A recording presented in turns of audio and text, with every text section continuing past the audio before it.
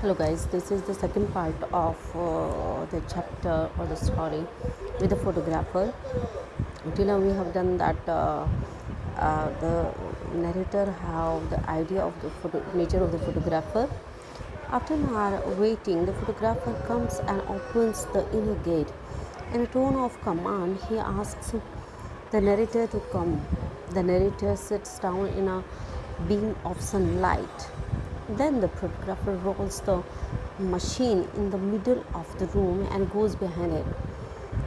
He looks at the narrator and he removes the cotton sheet over the frosted window, allowing the light and air to enter the studio. Again, he goes back into his machine. Finally, the photographer comes in a grave look and declares, "The face is quite wrong." Therefore, he attempts to correct the face through two different methods.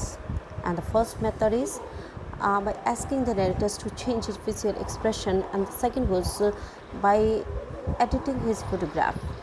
The detailed analysis of both the methods may be enumerated as follow.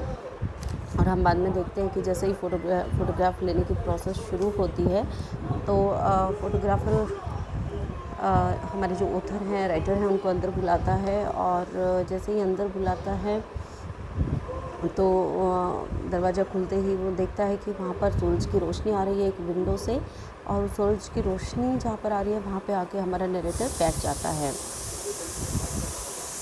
ये 1 घंटे के बाद की situation है।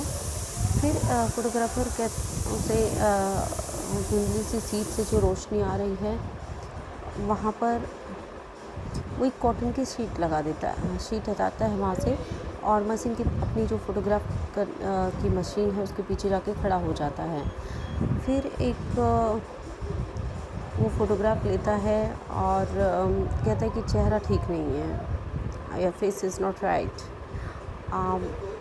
फिर अब वो कहता है कि फेस को 2 तरीके से ठीक किया जा सकता है। पहली जो प्रोसेस है उसमें वो कहता है कि आप अपने चेहरे को खुद ही ठीक कीजिए।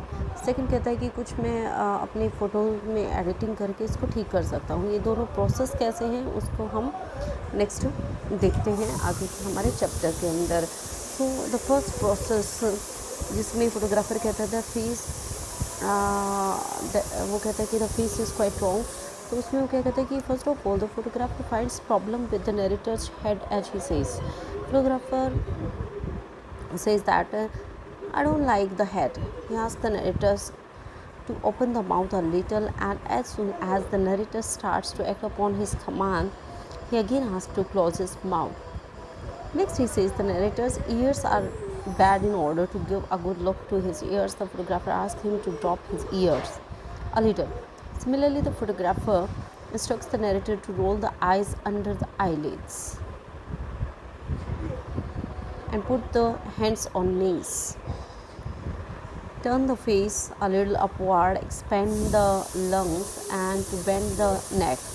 Having heard too many instructions from the photographer, the narrator asserts with dignity, "This face is my face, it's not yours, it's mine." The utterance of the narrator is suggestive of his acceptance of the reality. On the basis of the utterance, one may say that narrator has overcome the fancy of looking beautiful. Thus, immediately after the narrator's assertion, the photograph is taken by pulling the string, not by pressing a button. अभी हम देखते हैं कि जब भी हम photo खिंचाते हैं तो हम चाहते हैं कि वो बहुत सुंदर आए, बट यहाँ कुछ डिफरेंट सिचुएशन है।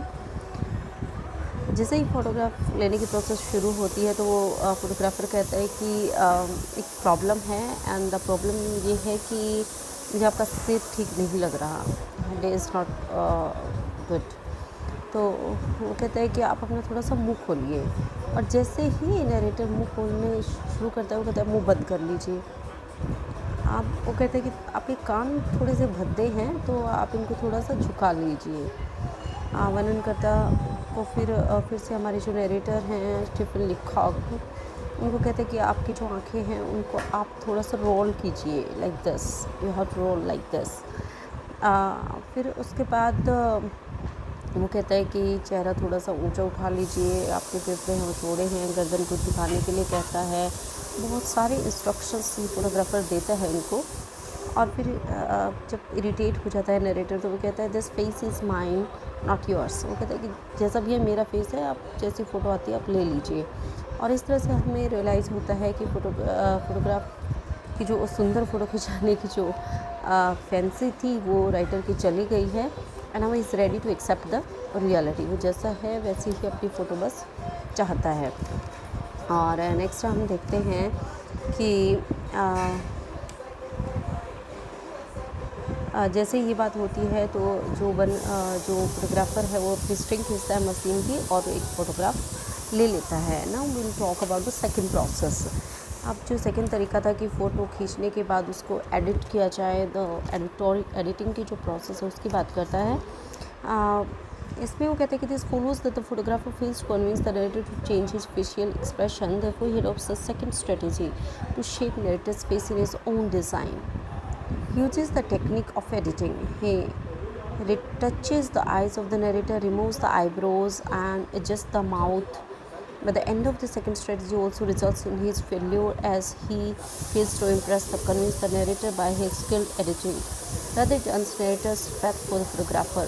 सेकंड में जो एडिटिंग का है उसमें हम देखते हैं कि फ़ोटोग्राफ़र जब नरेटर को अपनी बात पे कन्विंस नहीं कर पाता तो वो क्या करते हैं कि मैं चलो फ़ोटो में सेकंड स्ट्रेटेजी का, अपने सेकंड मेथड का यूज़ करता हूँ और वो उसके फेस के डिज़ाइन में काफ़ी कुछ चेंज कर देता है। सबसे पहले वो एडिटिंग करता है और एडिटिंग करते हुए उसके आइज़ को रीटच कर देता है, दोबारा से आकार दे देता है अपने according.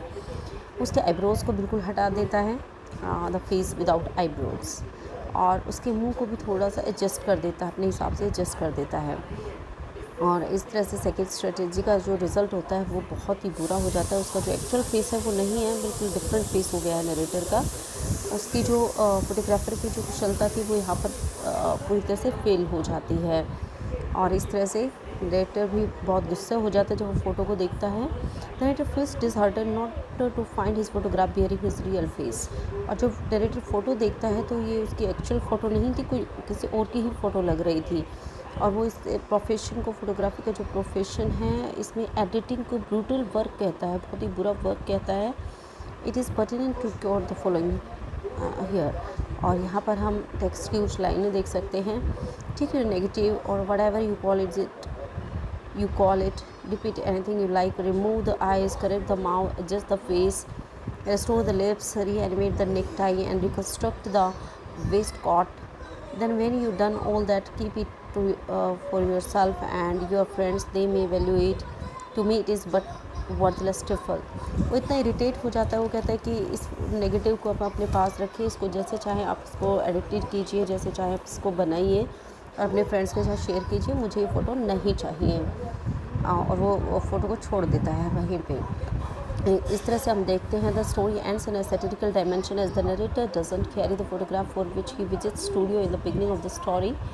At the end we find the narrator as an assertive being, whereas in the beginning he is dominated by the photographer. While leaving the studio, the narrator burst into tears. Thus, to conclude, one may say that it's ironical that a photograph, the desired item of the narrators in the beginning of the story, is rejected by the narrator at the end of the story.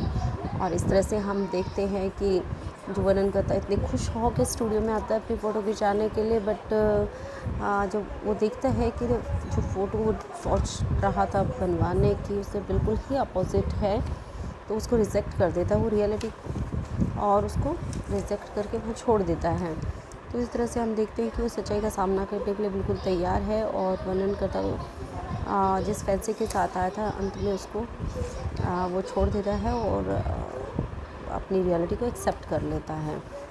और failure of the photographer भी यहाँ पर दिखाई देती है। So this was the story of summary of the story with the photographer by Stephen Leacock. Thank you students, keep watching for the next video. Thank you, have a nice day.